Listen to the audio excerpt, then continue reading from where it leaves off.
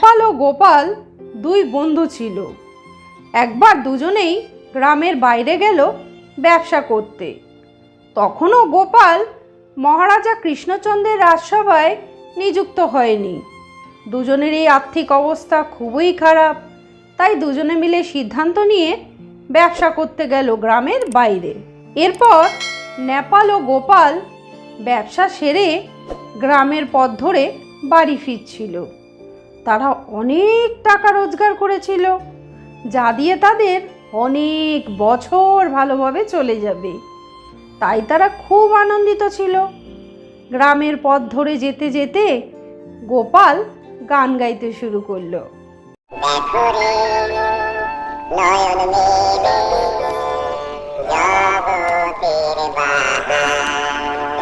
গোপালের গলায় এরকম গান শুনে নেপাল তক্ষুনি গোপালকে বললে, ওহে গোপাল, থামাও থামাও, তুমি একই গান করছো আর এত জোরে গাইছো, গায়ে সবাই ছুটে আসবে যে।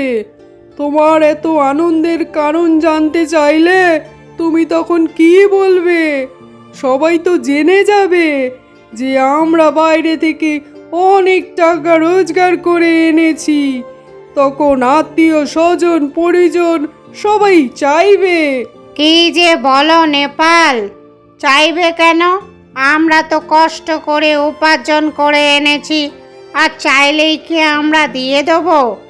আমার আনন্দ হয়েছে তাই আমি গান গাইছি, এতে লোকের টাকা চাইবার কি আছে? নেপাল ছিল জটিল মনের মানুষ। তার মাথায় সবসময় খারাপ বুদ্ধি ঘুরে বেড়াতো। সে গোপালকে বললে, দেখো গোপাল, এত টাকা বাড়ি নিয়ে যাওয়া ঠিক হবে না। আমরা বরং কিছু টাকা নিয়ে যাই, আর বাকি টাকা পাশেই একটা জঙ্গল আছে, ওখানে একটা বৃদ্ধ বটগাছ আছে, ওই বটগাছের গোড়ায় পুঁতে রেখে যাই। যখন আমাদের প্রয়োজন হবে আমরা এসে আবার টাকা নিয়ে যাব। কি বলো গোপাল? গোপাল নেপালকে খুব বিশ্বাস করত, কারণ নেপাল তার বন্ধু ছিল। গোপালের মনে অত প্যাঁচ ছিল না, গোপালও সায় দিল। তখন গোপাল বললে, ঠিক বলেছ নেপাল, এতগুলো টাকা ঘরে নিয়ে যাওয়া ঠিক হবে না। চলো তাহলে আমরা গাছতলায় পুঁতে দিই। নেপাল মনে মনে খুশি হলো যে গোপাল রাজি হয়েছে, কারণ নেপালের মনে উদ্দেশ্য খারাপ ছিল। তাই গোপালকে নিয়ে সে গাছতলায় গেল টাকাগুলো পোঁতার জন্য। এরপর দুজনে মিলে মাটি কোপাতে শুরু করলো। মাটি কুপিয়ে দুজনের টাকার পোটলা মাটির তলায় চাপা দিয়ে তারপর তারা বাড়ির উদ্দেশ্যে রওনা দিল। গোপালের বউ মাত্র ওই কটা টাকা দেখে গোপালকে বলতে লাগলে, ওগো শুনছ, তুমি যে বললে গ্রামের বাইরে ব্যবসা করতে যাচ্ছ, অনেক টাকা নিয়ে বাড়ি ফিরবে, আমাদের দুঃখের দিন শেষ হয়ে যাবে। কিন্তু এখন তো দেখছি মোটে কয়টা টাকা, এ দিয়ে তো আমাদের সারা জীবন চলবেও না। গিন্নি, তুমি এই কটা টাকা দেখে চিন্তা করছো, ভয় পাচ্ছ, কিন্তু জানো আমি কত টাকা রোজগার করে এনেছি। সব টাকা জায়গা মতো আছে। ও মা, তাই নাকি গো? তা কোথায় আছে বলো না আমাকে, আমি তো তোমার স্ত্রী, আমাকে বললে দোষ কি?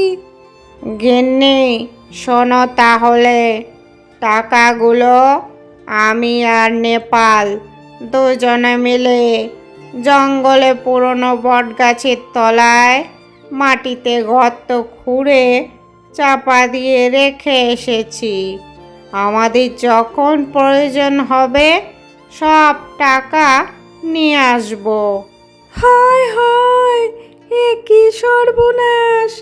তুমি এত চালাক চতুর মানুষ, তুমি কি না শেষে নেপালের কথায় টাকা মাটির নিচে চাপা দিয়ে এসেছো?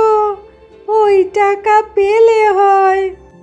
দেখো গিন্নি, মানুষকে তো অবিশ্বাস করলে হয় না। আমি নেপালকে বিশ্বাস করি, কারণ আমরা দুজন বন্ধু, একই গ্রামে থাকি। সে আমাকে কখনোই ঠকাতে পারে না। তুমি এসব নিয়ে চিন্তা করো না। গোপাল তার বন্ধু নেপালকে এতটাই বিশ্বাস করত যে তার স্ত্রীর কথায় কান দিল না। এদিকে গোপাল ও গোপালের স্ত্রীর আলোচনা চলছে। অপরদিকে নেপাল তার জটিল মন নিয়ে বৃদ্ধ বাবার সাথে জটিল আলোচনা করছিল। শোনো বাবা, আমি আর গোপাল দুজনে মিলে গ্রামের বাইরে গিয়ে অনেক টাকা উপার্জন করে এনেছি। সেই টাকা পাশেই একটা জঙ্গলে বৃদ্ধ বটগাছের নিচে পুঁতে এসেছি। কিন্তু আমি চাই গোপালের টাকা আত্মসাৎ করতে, তাহলে আমাদের আর কোনো চিন্তা থাকবে না।